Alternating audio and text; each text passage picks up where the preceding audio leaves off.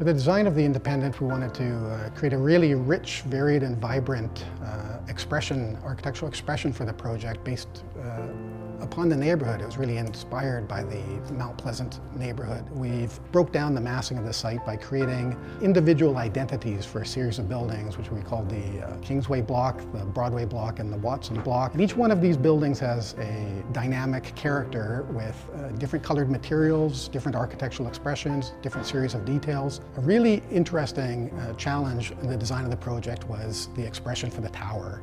The plan is generated by the slashing diagonal of Kingsway across the site, and that created a triangular shaped building. And we've clad it with a series of different wood grain panels that rise up to a cascade of white cantilevered sub-penthouses, kind of a cascade of these penthouses up at the top that recall the snowy peaks of Vancouver with a treetop crown atop the building that's reminiscent of the height of the first growth forest that once covered the site.